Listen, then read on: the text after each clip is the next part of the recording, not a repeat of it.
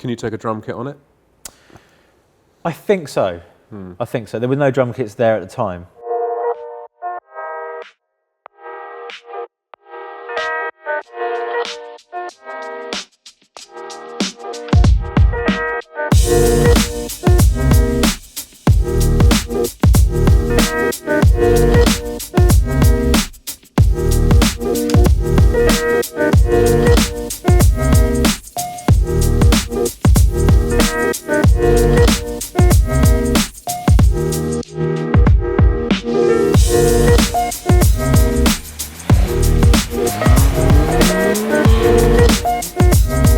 Come on then, where have you been in hot, sunny climates? Because it's so cold in here. It is freezing. And for the benefit of you guys, I'm not wearing a hat. Just because you can't see my Phil Collins-like face. Yeah. Hola! So we're near Almeria.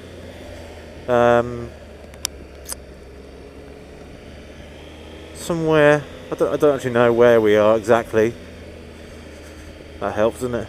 And we're here to test the new Triumph Tiger 1200. There's no Explorer in the model name this year. It's because Triumph has decided to focus on the Tiger brand and the Tiger heritage itself. Something that's been going since 1936. And it was quite all these adventure bikes have got long names, haven't they? So it's quite pleasing just to be able to say Tiger 1200. Now, after our little soiree at the Nürburgring, where we took the previous Tiger Explorer to Germany with its fine friends, the GS and the Super Adventure, we got a string of abuse, didn't we? We did get a bit of abuse, yeah. I think, to be fair, those were the 3 bikes on test, like competitor bikes that you would choose, and it just didn't live up to the other 2. I mean, its biggest problem was the KTM and the BMW. Yeah. In isolation, it's a great bike. Yep, and absolutely. you probably wouldn't notice any of the stuff, but jumping from one to the other, it let the side down a little bit. Yeah. So for 2018, I kind of looked at the specs and the changes and was like, it's not going to be much. But there are over 100 changes. Okay. Are you going to list them all? I won't list them all. I'll list the highlights, shall I? So your favourite, keyless ignition. Okay, yeah. Yeah. Love a bit keyless. And of course we've got keyless ignition, and it's a very fancy fob, very classy. Apart from the orange thing here, it's very very car-like, isn't it? It's very nice. Quick draw McGraw. It's very nice. It's very nice. It's got 2 PS more, which is about just over a horsepower. It's got a revised engine. It's not all new. There's a lighter flywheel and a few other internal bits and bobs to make it rev freer and spin quicker, because it was quite lethargic, wasn't it, the old one? And the XC, the top spec XC, which is 16.5 grand, which is not bad considering you pay near 20 for a full spec GS. That is 11 kilos lighter. Wow. So it needed to go on a diet, and it has done. It did. It was a bit of a porker. And hopefully it's quite important where they took that weight from, because it was quite top heavy, the last bike, wasn't it? Yes, and it is still quite top heavy, but it's been taken from everywhere. It's not just one area. Okay. So it's, well, lightweight is good. Yes. Well, you can't really say lightweight. Lighter weight is good. Yeah. It's also got quick shifter and blipper. Yeah. Welcome to 2018. And there's new bodywork. Well, I've got to say, the new bike does look so much nicer. Just the subtle tweaks. I think it looks really, really nice, especially in that white. I'm not too keen on the Montego Countryman red. No, that's still in the lineup, isn't it? Yeah. I mean, I must say, I couldn't tell that much different. I think the headlight unit, because it's LEDs and stuff now, does make a difference. Yeah. But I couldn't see that much difference. It's just subtle tweaks. It actually feels, although it's not actually thinner, it's the same tank, so you've still got the same 20-litre tank. It feels more slender. There's something that gives you that impression. That tricks the brain into thinking it's actually more slenderer. Going out with a fat bird that's wearing a corset. Yes, yeah. And of course there's the new TFT Dash that we saw in Milan, pinched off the Street Triple. A must-have. A must-have. And there is an off-road mode because for some reason a lot more of these people, these adventure folk, are actually taking their 15, 20 grand bikes off-road. Which is nice. Which is nice. Not just a pub car park either. No, not just your gravel No, up to gravel the, driveway in yeah, Surrey. Yeah. The best thing about the previous bike was the howl and the kind of noise it made. It was quite exciting, and it had more top end than the others on the previous test. Yeah. So is that still the case? It's still exciting and Oh, makes you want definitely. to rev it out? Yeah, I mean, it's still, the old bike was quite lethargic, wasn't it? You tell it was getting particularly tired. down low. Yes. Yeah. But this new engine, or the revised engine, spins quicker. This lighter flywheel makes it more exciting. So you open the throttle, it's got a lighter throttle. It's not night and day, but there's like a heightened sense of sophistication rather than, the old bike, which it felt 5 years old. And straight away, even the few miles we've done now, it's livelier, it's fresher, it's more invigorated. Well, that blipper and the quick shifter is absolutely faultless, seamless, liquid. Everyone should start the morning with a Triumph triple soundtrack. Oh, I can't tell you how smooth that blipper is. Really soft on the toe, but clinically precise as well, which is always good. I don't think there's anything discernibly different about the engine. It feels a bit lighter, the throttle feels nicer, it spins up quicker, but it's just a tiny element of sophistication. The old bike felt lethargic, and this doesn't. I think that's the only real sort of discernible difference. It hasn't got that punch, that low down punch of the GS or even the hard hitting KTM. But it definitely spins up a bit quicker. It just feels lighter, the throttle feels lighter and a bit more lighter. I've got to say as well, the throttle is delicious. I mean, you get that kind of boxer snatchiness with the GS sometimes, although it is very smooth. And the KTM it's a KTM, so yeah, slow speed, it's impossible to fault. The throttle is just delicious. Mantequilla. I banged on about it so much on my onboard mic, but the blipper and the quick shifter make everything better. So now you're sitting on a modern bike with a nice dash, with blippers, shift assists, and the bars are 20 mil closer to you as well. Now I wasn't complaining about the riding position before, but having ridden the new bike, 20 mil sounds, us lads, 20 mil's nothing, is it? Yeah. But it's on the tip of a foreskin. It is. 20 mil on a bike is massive, and there's a real nice sense of control. You feel like you're in better control of the bike, and there's therefore more confidence, and it's a much better combination. And while we're at it as well, ergonomics, there's a new seat. Now the Triumph wasn't bad, was it? It was actually the most comfortable. And this new seat is even more comfortable. We did all morning and most of the afternoon when I was standing up. But the new seat, I can't remember the technology behind it, 3D formed, but it is really, really good. Comfy buttocks. Yes. Like a memory foam mattress. Yeah. Does it still have seat heating? It does, and again, while we're on this, the way in which the dash and all the switchgear works, it's really intuitive. Heated seat on. 17 degrees, no way. Heated grips on. Chèque de voyage.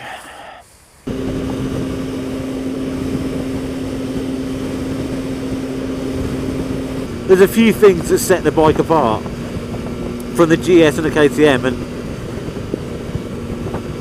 this screen is one of them. I mean, I know, in terms of pure touring and adventure ability and munching miles, the fact that you just scroll along, it takes literally 2 seconds to find the screen height adjust and manually go up and down electrically rather than having to faff around with, taking your hands off the bars, hitting cruise control on another bike and doing two turny knobbly things. I like this Triumph, thank you. So what you're saying is it has a lovely GUI. What's a GUI? Graphical user interface. Okay, yeah, the GUI is phenomenal. It's a GUI. Yeah. So 11 kilos lighter is quite a lot. Yes. Can you actually feel the difference? Oh mate, it's massive. It is a gargantuan size of weight shifted. Yeah. It's in many ways it's almost too much because it steers so quickly. It's ridiculous. Helped by the bars, I think. I guess coming towards you a bit as well. Yeah. I mean, getting over from one side to another. I mean, you know, the mountain roads around Spain, around the south of Spain. Beautiful. It's just endless fun. And EU-funded beautifulness. yes, and it is as sporty and as quick as anything I've ridden. Yeah, because it is so top heavy. I think that helps because you're going up and it gets down pretty quickly. Yeah. Whereas the Boxer engine, it's all the weight at the bottom, and it's just fluid, isn't it? And I wouldn't say the steering is fluid when you're on a hot one. No. But for most of the time, it's very, very rapid. Tyres are the Metzeler Torrents, and off-road we have Pirelli Scorpion Rallies FYI. Yeah, I think initially the weight feels more centralised. I mean, yeah, there's no denying the old bike was a bit of a heifer, but it wasn't drastically overweight. And you know, the adventure bike segment is they're all inherently hefty bikes, aren't they? Yeah, there may only be a few changes, but man, it all adds up to being much sportier, but more composed on the side of the tyre. It's lighter, it's more agile. That's the thing, it's the agility. Of course, it doesn't help when you've got a drum kit on the back. I can't get enough of this blipper and shifter. It's just sexual. Let's get that heated seat on again. My nipples are pert. Cheers, Nige. And because of the weight, it feels as though the suspension's been uprated and changed, and because it hasn't been. So you've got the same Triumph semi-active suspension, TSAS. Okay.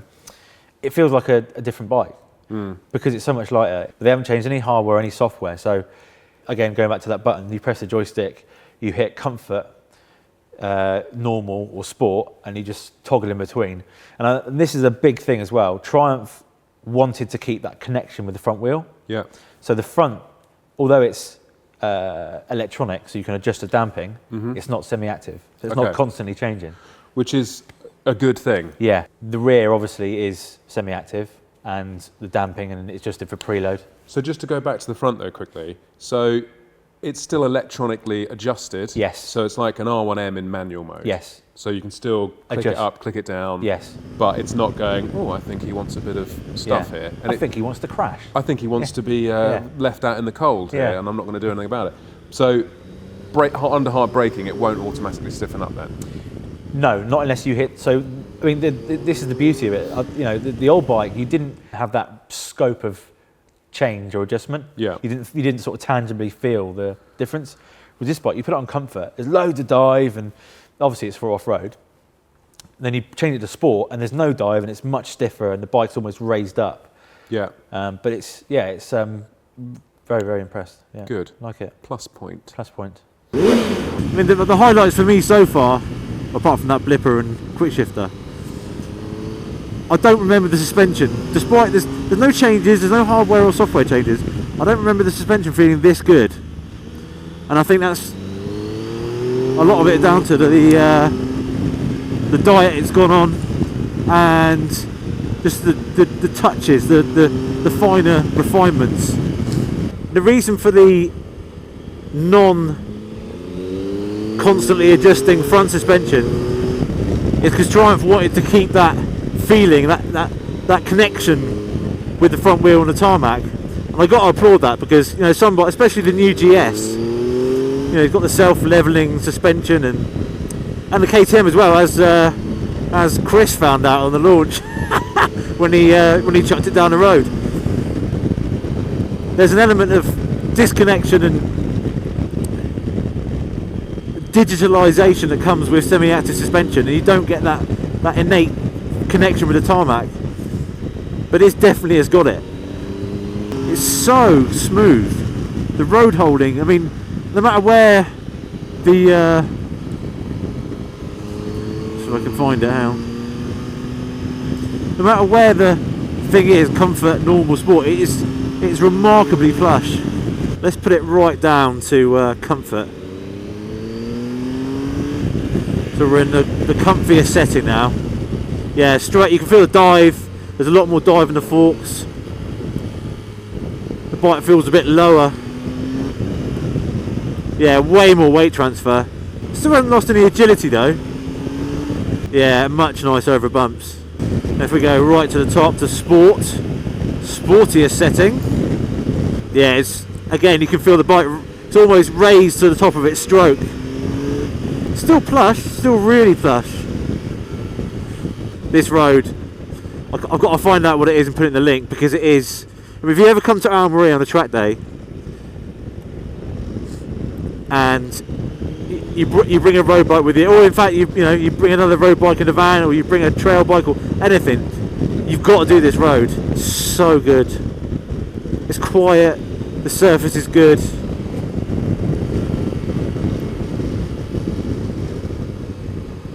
Oh, Spain.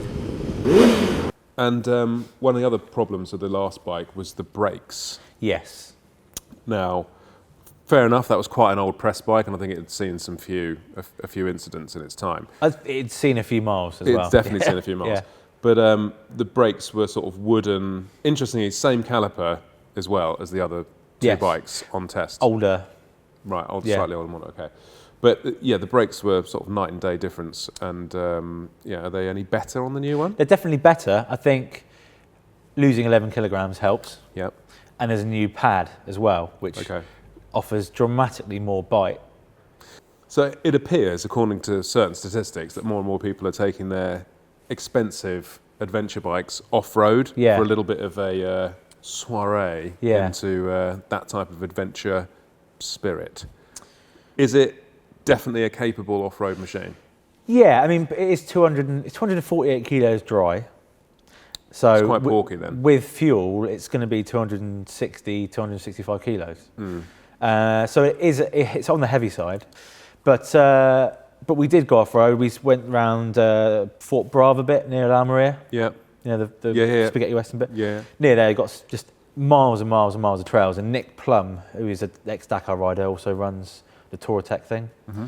He led us round and we rode like utter Jeremy Hunts. And it is extremely capable. I don't think it's nowhere near as good as a KTM Super Venture R. Yeah. A lot of people on the test were comparing it to a Ducati Multistrada Enduro off-road. Yeah. Because of that, you know, it's still there's no it's real still a road bike with knobbly tyres. Yeah. Yeah. But it is, you know, it does the job. There were no nasty moments. It's really easy to turn. In off-road mode, you can turn traction control off, you can turn ABS off, so you can do skids and you can let it slide out a bit. And if I wanted to go off-road and do those trails, it would do everything. It would tick every box. Yeah. So we're on off-road pro mode now, which is no TC, no ABS, I think. No ABS on the rear anyway. So we can do some drifting and skids and stuff. Here we go, kids. Oh yeah. Oh yeah. Duft, anyone? Duft? It's a big old bike, but so far so good. I'm still not too sure how many people would take their 16 grand bike off-road, or certainly to this extent with massive rocks and stuff, but you know, I guess if you've got the money to do it and you've got a dual purpose bike, then why not? I would if I had 16 grand. I haven't got 16 pounds.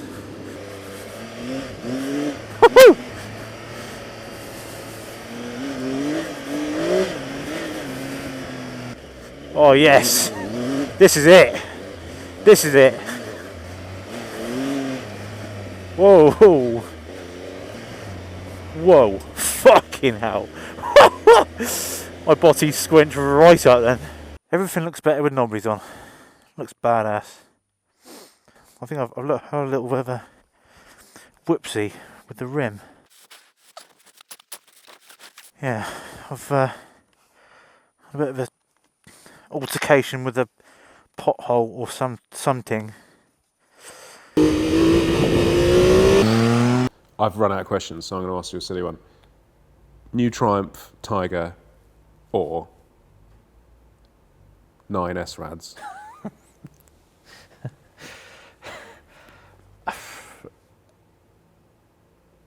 That is a silly question. It is, but you choose 9S Rads, wouldn't you? No, I wouldn't. No? No. No? No, I'll tell you what,